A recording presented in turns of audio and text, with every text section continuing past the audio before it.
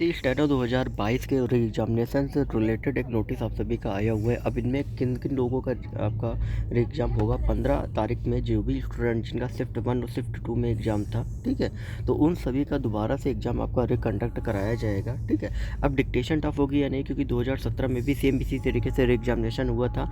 Dictation लेने जब री एग्ज़ाम आपका होगा तो एसएससी को क्या क्या डिसीजन वहाँ पे लेने हैं कि भाई क्या क्या चीज़ें ऐसी ना हो जिससे दोबारा से री एग्ज़ाम आपको कंडक्ट ना कराना पड़े, ठीक है, क्योंकि ये चीज़ जो है आपको बहुत ज़्यादा इंपॉर्टेंट है। तो यहाँ पे सबसे पहले हम बात करेंगे डिक्टेशन टफ होगी या नहीं। तो 2017 में अगर हम बात करें 2017 में, तो 2017 में जब दोबारा से एग्ज़ाम हुआ था तो डिक्टेशन आपकी टफ नहीं रखी गई थी। बहुत से स्टूडेंट ये सोच रहे थे जो टफ होगी, ऐसा बिल्कुल भी नहीं था, ठीक है। बस लेवल जो है वो थोड़ा सा इन्होंने अच्छा कर दिया था, ठीक है। बाकी अगर हम बात करें 2022 के बारे में, तो 2022 के बारे में भी आपकी जो डिक्टेशन है उसमें भी ज़्यादा चेंजेस जो है वो नहीं किए होंगे। आप ये सोचते हो कि री एग्जामिनेशन में उनको ये लगता है कि दोबारा से कराना पड़ा तो टफ दे दे, ऐसा कुछ भी नहीं होता है। बट री एग्जामिनेशन में ये रहता है कि जो डिक्टेशन आपकी हो सकता है कि इसमें आपकी डिक्टेशन ईजी भी आ जाए, हो सकता है डिक्टेशन आपकी उसी लेवल की है, कभी भी एकदम से टफ बिल्कुल भी नहीं करते हैं, ठीक है। तो ईजी और उसी लेवल के आने के चांसेस हैं, ठीक है, क्योंकि कई बार होता है कि री एग्जामिनेशन तभी आपका होता है जब कहीं ना कहीं प्रॉब्लम्स जो ऐसा आप सभी को महसूस हुई हैं। तो ये दिमाग से अपने निकाल दो कि ये जो डिक्टेशन आपकी टफ होने वाली।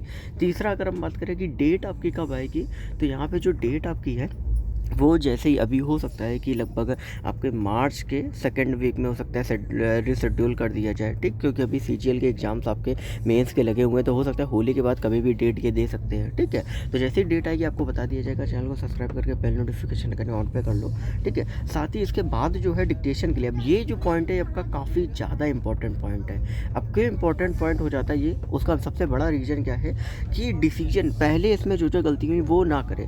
सबसे पहला क्या है, अब इसके लिए क्या कर सकते हो आप लोग, इसके लिए आप सभी लोग एक पूरा जितने भी स्टूडेंट हैं सभी एसएससी को मेल करो। और क्या क्या पॉइंट होना चाहिए, पहला जो डिक्टेट कर रहा है, मतलब डिक्टेटर जो आपका है, ठीक है, वो आपका क्या होना चाहिए, वो एकदम प्रोफेशनल होना चाहिए, जो कहीं ना कहीं प्रोनाउंसिएशन वगैरह अच्छे से कर सके।